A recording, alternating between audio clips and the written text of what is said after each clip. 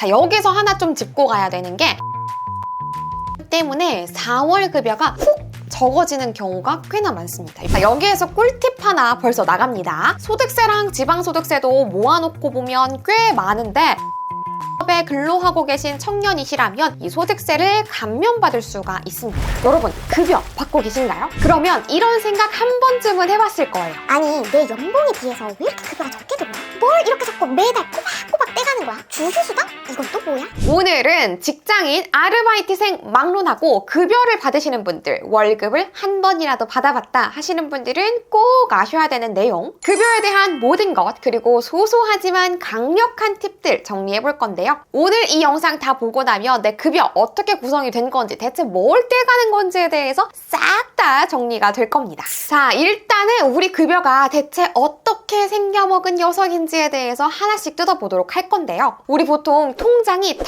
되는 이유가 뭐예요? 이렇게 스쳐가는 이유, 무슨 세, 무슨 보험, 무슨 떼가는 게 너무 많잖아요. 일단 소득세랑 지방소득세 떼갑니다. 이건 우리 연말정산하는 거랑 관련이 있는데요. 연말정산이라는 게 우리 소득세랑 지방소득세를 돌려받는 과정인 거잖아요. 소득을 얻은 사람, 그러니까 돈을 번 사람은 누구나 소득세를 내야 되는데 이 소득세, 그리고 소득세의 10%를 지방소득세로 내게 되고요. 소득세는 국세청으로, 지방소득세는 내가 속해져 있는 구청으로 간다라고 생각을 하시면 돼요. 그리고 연말정산은 1년 동안 이 소득세, 지방소득세를 더 냈다면 미안합니다 하고 돌려주고, 덜 냈다면 빨리 내놓으세요 하고 더 걷어가는 과정인 거죠. 자, 여기에서 꿀팁 하나 벌써 나갑니다. 소득세랑 지방소득세도 모아놓고 보면 꽤 많은데 중소기업에 근로하고 계신 청년이시라면 이 소득세를 감면받을 수가 있습니다. 중소기업에 5년 내로 근무한 청년, 여기서 청년은 15세에서 34세를 얘기를 하는 거고요. 이 조건에 해당되시는 분들이라면 소득세를 감면받을 수가 있는데 최대 5년 동안 최대 90%를 감면을 받을 수가 있습니다. 국세청의 홈택스 홈페이지 접속하셔서 청년소득세 감면 신청서라고 검색을 하시고요. 신청서 작성하셔가지고 요거 제출하시고 감면 받으시면 돼요. 자, 그리고 세금뿐만 아니라 우리 통장을 통장으로 만드는 주범 4대 보험을 빼놓을 수가 없겠죠. 솔직히 4대 보험 얘기는 진짜 많이 들어봤을 텐데 이 4대 보험 안에 뭐가 구성이 돼 있는지 우리 잘 모르는 경우가 많아요. 4대 보험 첫째가 바로 국민연금이에요. 국민연금은 뭐 하도 국민연금, 연금 개혁 뭐 이런 얘기 되게 기사화가 많이 되기 때문에 한 번쯤은 들어보셨을 거예요. 우리가 나이가 들고 나면 노후를 맞이를 했을 때 이제 체력이 부족하다 보니까 일을 하고 싶어도 못할 수가 있잖아요. 이때 최소한의 생활을 보장하기 위해서 나라에서 만들어 놓은 제도가 바로 국민연금이고요. 우리가 소득을 벌 때마다 일정 금액을 이 국민연금 보험료로 미리 계속 축적을 합니다. 국민연금 보험료는 우리의 급여에서 총 9%를 떼가는데요. 이때 회사가 4.5%, 내가 4.5% 이렇게 반반씩 내게 돼 있어요. 그래서 우리는 4.5%를 급여에서 떼이는 거죠. 그리고 저 같은 프리랜서나 사업자들은 온전히 혼자 9%를 다 부담을 합니다. 와, 처음에 프리랜서 되고 나서는 이거 9% 혼자 내는 것도 이제 꽤나 크게 느껴지더라고요. 그리고 4대 보험의 둘째가 바로 건강보험인데요. 건강보험료는 급여의 7.09%를 내게 되는 거고요. 이것도 국민연금이랑 마찬가지로 회사랑 내가 반반 부담을 합니다. 그래서 회사랑 내가 3.545%씩 이렇게 반반 부담을 하게 되는 거고요. 자, 여기서 하나 좀 짚고 가야 되는 게 이 건강보험료 때문에 4월 급여가 훅 적어지는 경우가 꽤나 많습니다. 우리 일반적으로 연말정산은 1월에서 2월에 모든 전산 처리를 다 거치고 나서 뱉어낼 거 혹은 돌려받을 거, 이 정산을 2월에서 3월에 하게 되는데요. 건강보험에 대한 연말정산 후처리는 4월에 일괄적으로 진행됩니다. 건강보험료에 대해서 더 낼 게 있으면, 우리한테 더 뜯어갈 게 있으면 4월에 뜯어간다라는 거예요. 저의 경우에는 직장 생활을 할 때 4월에 갑자기 급여가 너무 평소보다 좀 적게 들어와가지고 이거 왜 그런가 봤더니 건강보험료가 평소보다 훨씬 많이 나간 거예요. 이거 왜 그런가 해서 공단에 연락을 해보니까 이 건강보험료에 대한 연말정산이 이루어진 거다. 손희애 씨가 건강보험료를 더 냈어야 됐는데 덜 냈다는 게 이제 최근에 저희가 처리를 해보니까 밝혀져서 이렇게 4월에 왕창 뜯어간 겁니다. 라고 하더라고요. 보통은 우리가 급여가 통장에 띵동 하는 거, 들어왔다는 것 자체만 기뻐하고 정확하게 끝전까지 얼마가 들어왔는지 이거를 눈여겨보지 않으시는 분들이 꽤 많으시거든요. 들어왔다는 것 자체에 막 기쁨을 만끽하지 마시고 정확하게 얼마가 들어왔는지, 만약에 적어뒀다면 어떤 내역에서 내가 급여를 다 뜯긴 건지 요거를 좀 찬찬히 보셔야 돼요. 4월에는 특히나 요 건강보험 연말정산 때문에 급여 명세서를 꼼꼼히 보셔야 됩니다. 그리고 4대 보험의 셋째가 고용보험입니다. 요거는 실업급여랑 관련이 있는데요. 저도 그냥 평범하게 직장 생활을 할 때는 야, 이 고용보험 이거는 뭐야? 이거 참 별의별 걸 다 뜯어가네. 그래, 다 가져가라, 다 가져가. 이렇게 생각을 했었거든요. 근데 이 실업급여를 제가 실제로 받아보니까 와, 내가 이런 순간에 이렇게 요긴하게 타먹기 위해서 평소에 피땀 눈물로 이 고용보험료를 냈던 거구나, 이렇게 좀 체감이 되더라고요. 이 고용보험은 우리 급여에서 회사랑 내가 0.9%, 0.9%씩 부담합니다. 그리고 4대 보험의 넷째는 산재보험인데요. 요거는 우리 근로자들이 직접 부담을 하는 건 아니고 회사가 100% 부담을 해요. 우리 산재 받는다라는 얘기 많이 들어보셨죠? 이제 근로를 하다가 일을 하다가 다치게 되면 이 부분에 대해서 보상을 받을 수가 있는 건데요. 회사가 100% 부담을 하는 거여서 우리의 급여 명세서에는 산재보험에 대해서는 따로 표기되지는 않습니다. 그리고 홈페이지 하나 알려드려요. 4대 사회보험 정보연계센터라는 홈페이지가 있습니다.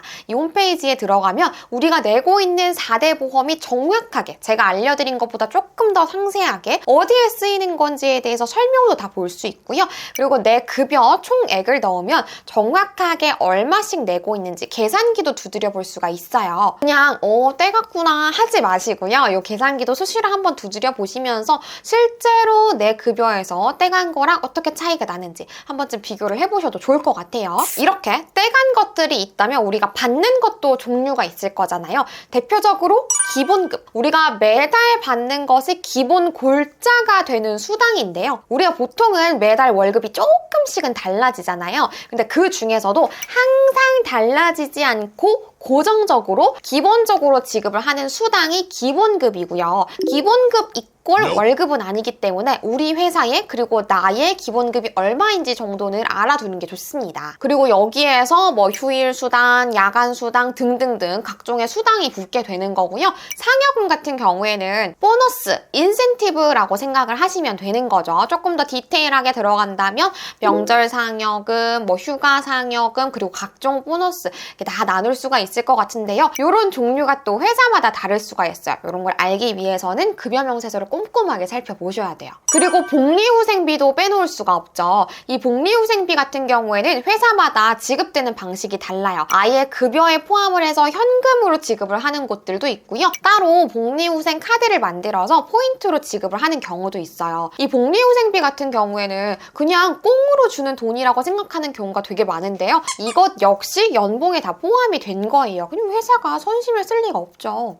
특히나 복리후생비를 포인트로 지급하는 경우에는 기간을 놓쳐가지고 그냥 돈이, 포인트가 소멸되는 경우가 꽤 많은데 다 내 피땀물로 다 내 돈이니까 꼭 챙겨서 쓰셔야 돼요. 우리 회사에서 운영하고 있는 이 복지몰 홈페이지에는 혹은 지정된 상점에는 살 게 진짜 지지리도 없다. 일단 사고 당근이라도 하세요. 또 급여를 이루고 있는 체계들도 좀 복잡한 내용들이 많잖아요. 대표적으로 포괄임금제. 임금제 앞에 포괄이 붙었으니까 뭔가를 끌어안는다, 다 포함한다 이런 의미가 담겨 있을 것 같잖아요.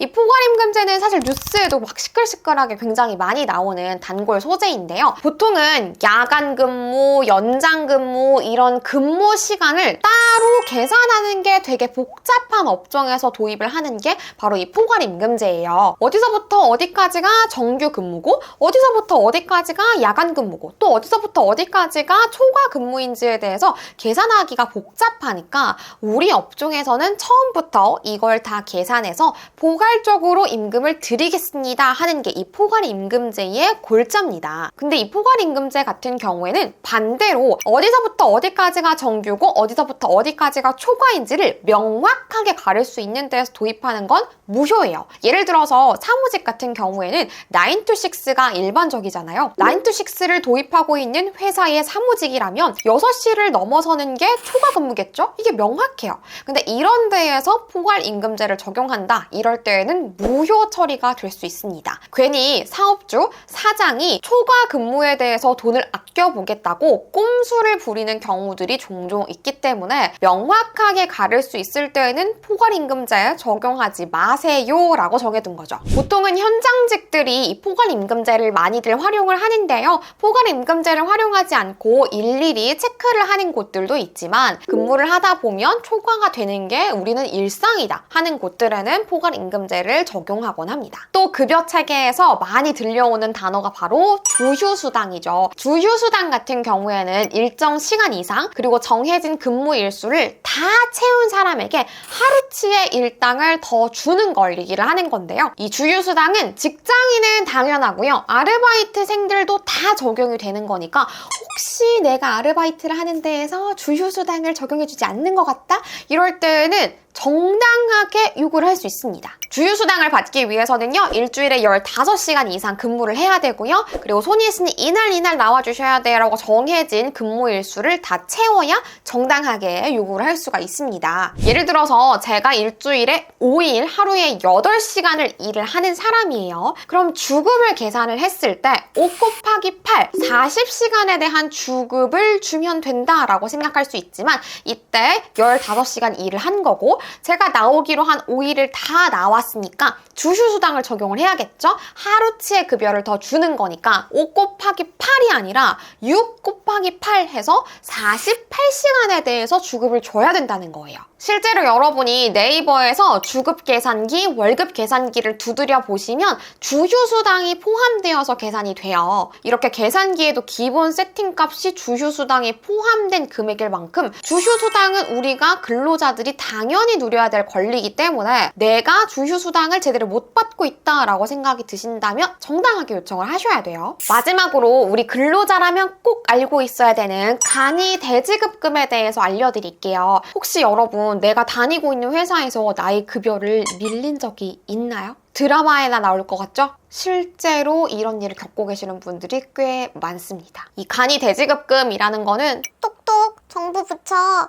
대한민국 국가 선생님, 제가 지금 급여를 못 받고 부당한 대우를 받고 있어요. 제 돈 좀 대신 받아주세요. 라고 요청을 하는 거예요.